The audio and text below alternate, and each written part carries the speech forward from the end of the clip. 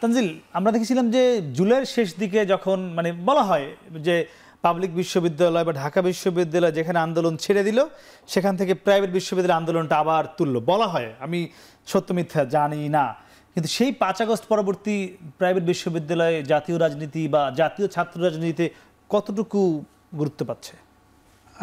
বেসরকারি বিশ্ববিদ্যালয়ের শিক্ষার্থীরা আসলে সবসময় বৈষম্যের শিকার। একটা প্রথাগত ধারণা আমাদের শিক্ষার্থীদেরকে নিয়ে আছে, বেসরকারি বিশ্ববিদ্যালয়ের শিক্ষার্থীদেরকে ফার্মের মুরগি হয়।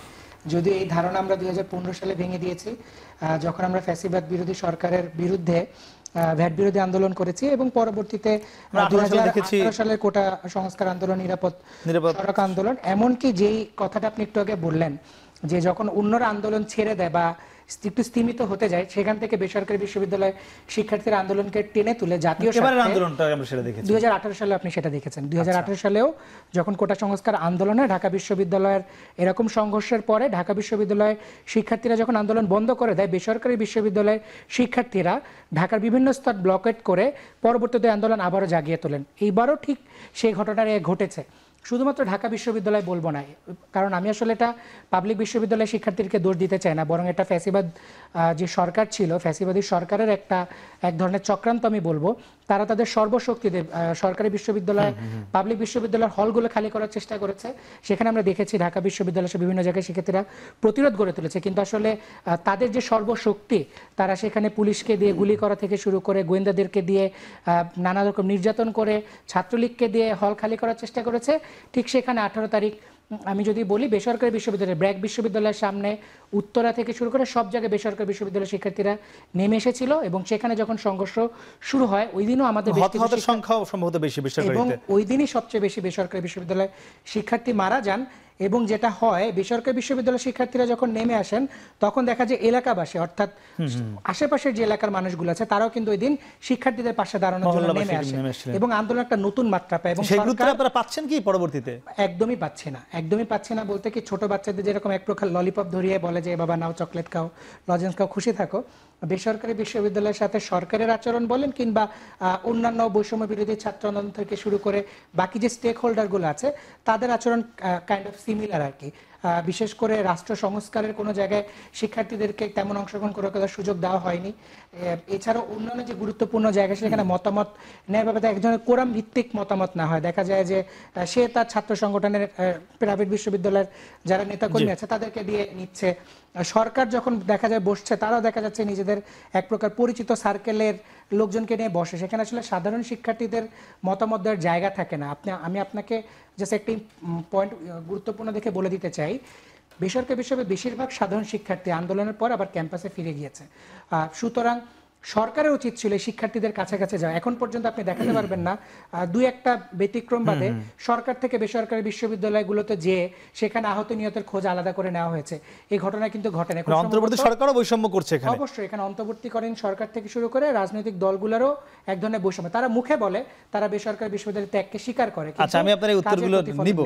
বসরা, কি মনে হয় তরুণরা এই মুহূর্তে মানে যেটা গত 15-16 বছরে ছিল যে ভোট কেন্দ্র বিমুখ, সেখান থেকে কি ফিরেছে? এখন যে রাজনীতি চলছে এই 5 আগস্টের পর, কি মনে হয় ভোটের দিকে কতটা যাবে তরুণরা? ভোট কেন্দ্রমুখী হবে কতটা? না, তরুণরা ভোট যে জিনিসটা আছে, ভোটটা আমাদের নৈতিক একটা অধিকার। আমাদের যেহেতু আমরা বাংলাদেশের নাগরিক, বৈধ নাগরিক, ওই হিসেবে তো নিজেদের ভোট দেওয়াটা আসলে একটা অধিকারের মতো। আমি অবশ্যই চাইবো যে আমার পছন্দের কাউকে ভোট দিতে। কারণ আমি 3 বছর হয়ে গেছে, 4 বছর হয়ে গেছে আমি ভোটার হয়েছি, আমি এখন অবধি কোনো ভোট দিতে পারিনি দুঃখজনকভাবে। আমি প্রতিবারই কেন্দ্রে গিয়ে দেখেছি আমার ভোট দেওয়া হয়ে গেছে, আমি নিজে সাক্ষী। সো এখন যদি পরিবেশটা আসলে ওইভাবে সাজাতে পারে, সেই পরিবেশটা হচ্ছে কিনা আমি সেটাই জানতে চাচ্ছিলাম। হচ্ছে না, আসলে সত্যি কথা বলতে হচ্ছে না। যেহেতু আমরা প্রাইভেট ইউনিভার্সিটির যারা আছি, আন্দোলনের সময় আমাদের কিন্তু অনেক বড় একটা অবদান ছিল। আমাদেরকেই যখন দূরে সরিয়ে দেওয়া হচ্ছে, সেখানে আসলে নির্বাচনটা কতটা মানে ভালোর দিকে এগোচ্ছে বা দেশটা কতটা সংস্কার হচ্ছে, এটা আসলেই মানে প্রশ্ন থেকে যায়। ফরাদ, আপনাদের আমরা কথাবার্তায় দেখি নানানভাবে আলোচনা, আপনারা বা আপনাদের মুরব্বী যে বা আপনাদের অভিভাবক সংগঠন যারা রয়েছে, জামাত, দেখি আপনারা জাতীয় নির্বাচনের একটু ফোকাস কম বা একটু মনে হয় অনীহা, কিন্তু ছাত্র সংসদ নির্বাচন খুব চাচ্ছেন। মানে এই দ্বিমুখী আচরণ কেন? দেখেন আমাদের ছাত্র ডাকসুতে ভোটার কত 35,000। ডাকসুতে লিমিটেশন কোথায়? ডাকসুতে লিমিটেশন হচ্ছে কিছু শুধু ডাকসু না, সব পাবলিক বিশ্ববিদ্যালয়ে এখানে কিছু সংস্কার করতে হবে, আর এডুকেটেড কিছু পার্সনকে ভোটার লিস্ট আপডেট করে তার কাজ করতে হবে। আর ন্যাশনালি আমার প্রবলেম কোথায়? ন্যাশনালি প্রত্যেকটা ইনস্টিটিউশন করাপ্টেড, প্রত্যেকটা জায়গায় ফেসিবাদের দোষরা বসা প্রবলেমেটিক। আপনি যখন তাদেরকে দায়িত্ব দিয়ে একটা নির্বাচন বাস্তবায়ন করবেন না, যারা করবে কাজগুলো, যারা ভোটার তালিকা করবে বা যারা যে কাজগুলো করবে, আমার তো ভিসি থেকে শুরু করে প্রত্যেকটা হল প্রভোস্ট, একাডেমিক ডিন সবকিছু চেঞ্জ হয়ে গেছে। আপনি তো পুলিশে পারেন নাই, পুলিশে আপনি এখানকার ডিসিকে, পুলিশে এখানকার এসপিকে অন্য জায়গার এসপি বানাইছেন, আপনি নতুন কাউকে আনতে পারেন নাই। কিন্তু আমার বিশ্ববিদ্যালয়ে পসিবল হয়েছে নতুন কাউকে ভিসি বানানো, নতুন কাউকে প্রক্টর বানানো, নতুন কাউকে প্রভোস্ট বানানো, নতুন কাউকে ডিন বানানো। এটা আমার ইউনিভার্সিটিতে পসিবল হয়েছে, আমল চেঞ্জ হয়েছে। আমার এখানে ভোটাররা এডুকেটেড, এদেরকে নতুন করে বুঝাইতে হবে না সব কিছু সিস্টেম। আমার এখানে খুব ইজিলি এটা পসিবল।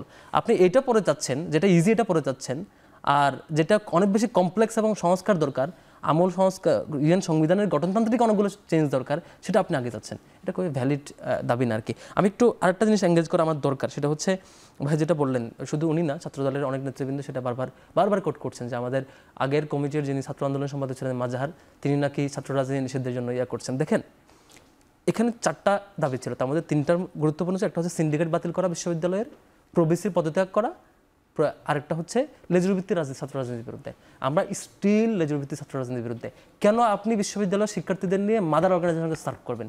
কেন আপনি বিশ্ববিদ্যালয়ের শিক্ষার্থীদের নিয়ে অন্য দলের নেতাদেরকে পিছনে পিছনে স্লোগান দেবেন? এটা এখনো আমি বিপক্ষে, তখনও বিপক্ষে ছিলাম, এখনো বিপক্ষে। হ্যাঁ, আমার ছাত্র শিবির জামাতকে স্লোগান দেন না, ইভেন আর একই সাথে তখন যে দাবি ছিল সিন্ডিকেট বাতিল করা, সিন্ডিকেট বাতিল এবং হচ্ছে প্রবিসির যে পদত্যাগ, সেই দাবিগুলোর সাথে আমরা একমত ছিলাম, তারাও একমত ছিল।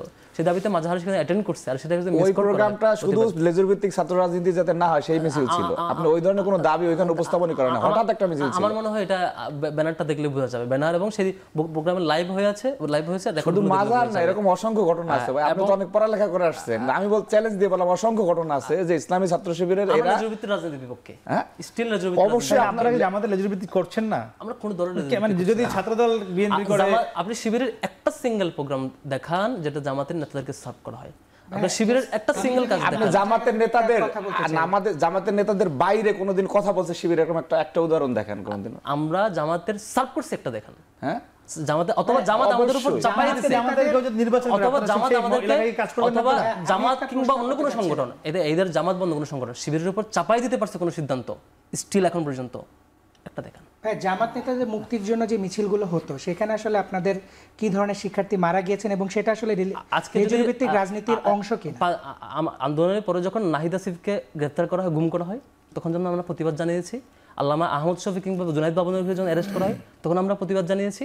আমাদের সিমিলার ভ্যালুস রেসপন্স করে এমন যে কোনো মুভমেন্টের যে কোনো লিডারকে যখন ভিকটিম বানানো হয় আমরা প্রতিবাদ জানাই। আমির থেকে শুরু করে কারো বিরুদ্ধে ইসলামী ছাত্র শিবিরের কোনো প্রেসিডেন্ট সেক্রেটারি বা কোনো নেতার একটা কথা বলার কোনো সক্ষমতা আছে যে আপনি যখন সিঙ্গেল ইস্যু দেখাবেন যে এটা তারা রং করছে, আমি প্রতিবাদ জানাবো। আচ্ছা, আমরা একটা বিষয় আপনাকে জানতে চাই। আমি আপনার কাছে 30 সেকেন্ড কথা বলে আমি বিরতিতে যাব।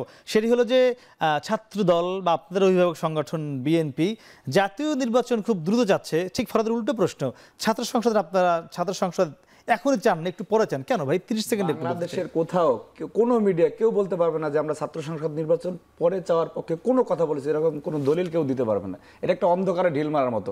আমরা বলেছি যে আপনি রাষ্ট্রের জাতীয় ইলেকশনের আগে যে সংস্কার চাচ্ছেন, আজকে ঢাকা বিশ্ববিদ্যালয়ে সেই সীতেশ চন্দ্র বাসার এবং নিজামুল হক ভূঁইয়া যারা শেখ হাসিনার সরাসরি দোষর ছিল, ফ্যাসিস্ট, তাদের সিন্ডিকেট বহাল রেখে আপনি নির্বাচনে দিতে যাচ্ছেন।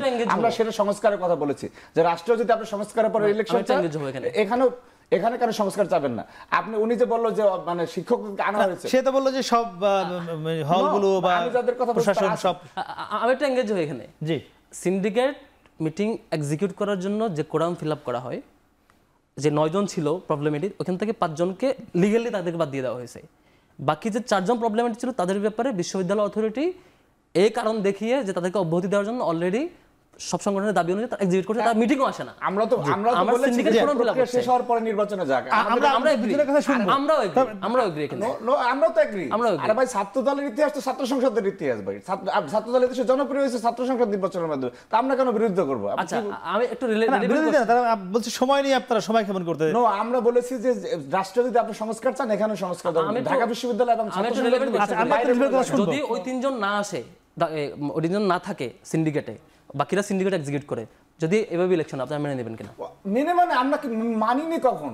এটা কি বলতেছেন আপনি? মেনে নেব মানে অবশ্যই আমরা ছাত্র সংসদ নির্বাচনের পক্ষে, ছাত্র যে আমরা উভয় ছাত্র সংসদ নির্বাচনের পক্ষে, আমরা আপনাদের কথা শুনবো।